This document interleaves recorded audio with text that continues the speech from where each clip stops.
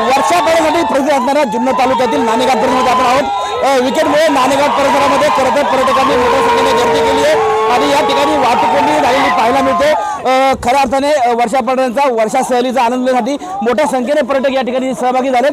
काय सांगाल, खरं तर तुम्ही आज नाणेघाटामध्ये आले आहेत? अतिशय सुंदर असं वातावरण झालेलं आहे इथे। पाऊस पण खूप प्रमाणात आहे, पण तेवढी मजा पण आम्हाला सगळ्यांना येत आहे। जवळजवळ आम्ही 50 जण आलेलो आहेत इथे, तर आम्ही खूप धमाल मज्जा केलेली आहे आणि अजूनही करत आहोत।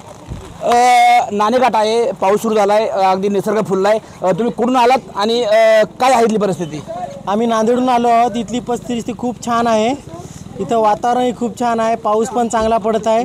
खूप आनंद घेतला आम्ही या वातावरणाचा। खरं तर पाऊस चांगला दमदार सुरू झाला आणि या दमदार पावसामध्ये पर्यटक नाणेघाटाचा निसर्गाचा आनंद लुटण्यासाठी या ठिकाणी आलेले आहेत। ताई, काय सांगाल, नाणेघाटामध्ये तुम्ही खरं तर आज वर्षापर्यंतसाठी आलेले आहेत?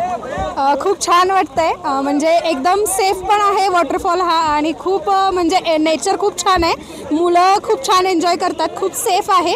म्हणजे एकंदरीत न्यूज बघता खूप भीती वाटत होती बाहेर पडताना की काय होईल, कसं होईल, मुलांसोबत जायचंय, पण एकदम सेफ आणि एकदम खूप छान एन्जॉयमेंट चालू आहे।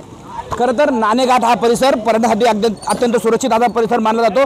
जुन्नर तालुक्याच्या पश्चिम भागात असणारा हा आदिवासी भाग आणि पावसाळ्यामध्ये मोठ्या संख्येने या ठिकाणी पर्यटनासाठी गर्दी होत असते।